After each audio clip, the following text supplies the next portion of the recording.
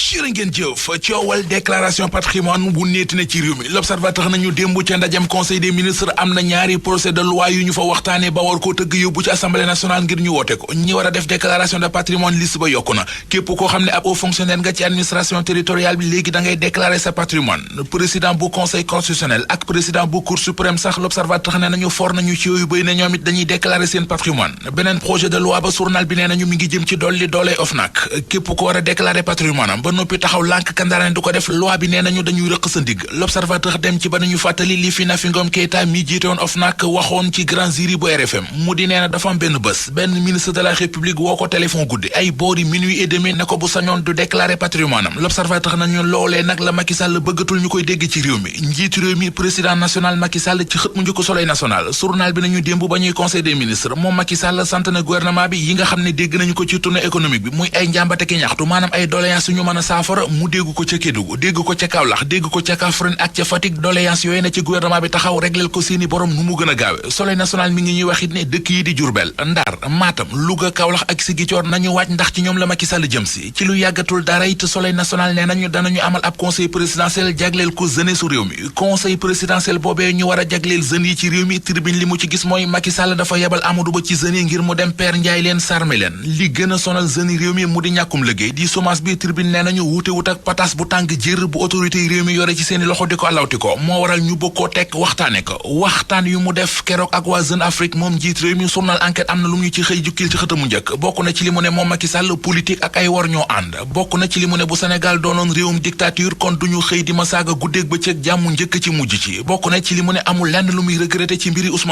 Ousmane Sonko ak i mbiram ci journal Les Échos yéenekaay bi dañuy wax ne ña demoon seeti ko ca kasob Cap Manuel ba mu nekk ñu ci mel ne Cheikh Tidiane Dièye ak Habib Sy